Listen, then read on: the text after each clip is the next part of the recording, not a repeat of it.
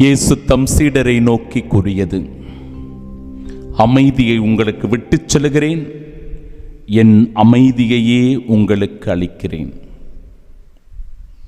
மனிதன் இந்த உலகத்தில் அமைதிக்காகத்தான் ஏங்கி தவிக்கிறான். அமைதியை தேடி தேடி அலைகிறான். எதில் எனக்கு நிம்மதி கிடைக்கும், அமைதி கிடைக்கும் என்று சொல்லி பல இடங்களுக்கு ஓடுகிறான், பல முயற்சிகளை செய்கிறான். ஆனாலும் அவன் மனதில் அமைதி நிலைப்பதில்லை. சமீபத்தில் நம் இந்திய நாட்டிற்கும்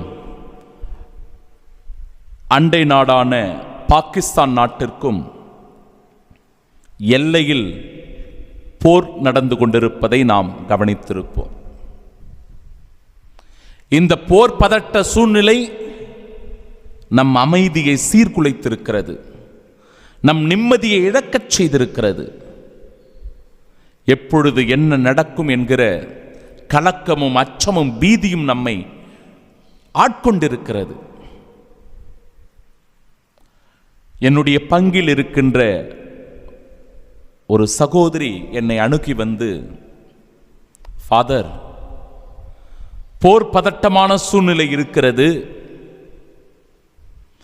என்னுடைய கணவர் இராணுவத்தில் பணியாற்றி கொண்டிருக்கிறார். அவர் இந்த யுத்தத்தில் ஈடுபட்டு கொண்டிருக்கிறார். எனக்கு அச்சமாக இருக்கிறது, கலக்கமாக இருக்கிறது. 2 சிறு குழந்தைகளை நான் வைத்துக் கொண்டிருக்கிறேன். என் கணவரை நம்பித்தான் நான் இருக்கிறேன். என் கணவர் பாதுகாப்பாக இருக்க வேண்டும். இந்த போரினால் எந்த விதமான பாதிப்பும் அவருக்கு வந்துவிடக்கூடாது. என் கணவனை இழந்துவிட்டால் என் வாழ்க்கை அவ்வளவுதான் ஃபாதர். இந்த நாட்களில் என் மனசுல நிம்மதியே இல்லை, என் மனதில் அமைதியே இல்லை. நான் தவியாய் தவித்துக் கொண்டிருக்கிறேன். என் கணவர் நான் செய்கிற அந்த ஃபோன் காலை எடுக்கல அப்படின்னா அப்படியே பதறி போயிடுது. ஃபாதர், எனக்காக வேண்டிக்குங்க, என் குழந்தைக்காக மன்றாடுங்கள், என் கணவர் பாதுகாப்பாக இருக்க வேண்டும் என செபியுங்கள் என்று சொல்லிவிட்டு சென்றார். சகோதர சகோதரிகளே, நம் அன்றாட வாழ்க்கையில் கூட நாம் செய்கிற சில செயல்கள் நமக்குள் பதற்றத்தை ஏற்படுத்துகிறது, நமக்குள் கலக்கத்தையும் அச்சத்தையும் பீதியையும் ஏற்படுத்துகிறது. செயல்கள் நல்லவனவாயிருந்தால் நம் மனம் அமைதி பெறும். நாம் செய்கிற செயல்கள் தீயனவாயிருந்தால், பாவத்தை விளைவிக்கக்கூடியதாக இருந்தால் நமக்குள் பதற்றமும் அச்சமும் ஏற்படும். தப்பு செய்தவர்கள் நிம்மதியாக இருக்க முடியாது. பாவம் செய்தவர்கள் மன ஆறுதலோடு வாழ முடியாது. ஏனென்றால் அது ஒரு முள் போல அவர்களுடைய நெஞ்சில் தைத்து கொண்டே இருக்கும், துன்பத்தை கொடுத்து கொண்டே இருக்கும், அவர்களை சஞ்சலப்படுத்தி கொண்டே இருக்கும், வேதனையை தந்து கொண்டே இருக்கும். அந்த துன்பத்திலிருந்து, அந்த வேதனை வழியிலிருந்து, அந்த கலக்கத்திலிருந்து, அந்த பீதியிலிருந்து நாம் வெளிவர வேண்டும் என்றால், என் அன்பு சகோதர சகோதரிகளே, இறைவன் சொல்லுகிறார், நன்மையை செய்யுங்கள், பரிசுத்தமாய் வாழுங்கள், கடவுளுடைய கட்டளைகளுக்கு கீழ்ப்படிந்து நடங்கள், ஒருவர் மற்றவரை நேசியுங்கள். உங்களுக்குள் பகைமை, வெறுப்பு, கோபம், தீமை வேண்டாம். எந்த உள்ளத்தில் பகைமை இருக்கிறதோ அவர்களால் நிம்மதியாக இருக்க முடியாது.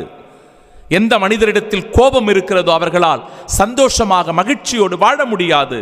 எந்த மனிதரிடத்தில் வெறுப்புணர்வுகள் இருக்கிறதோ, கசப்புணர்வுகள் இருக்கிறதோ, அவர்களுடைய மனதில் அமைதி இருக்காது.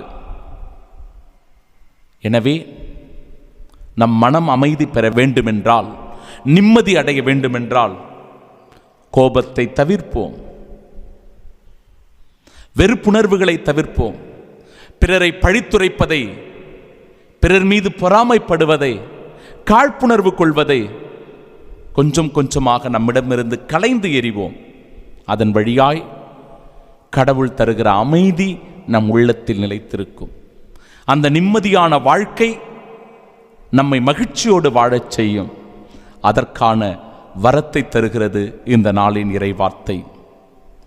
நாம் பல வேதனைகள் வழியாகவே இறையாட்சிக்கு உட்பட வேண்டும்.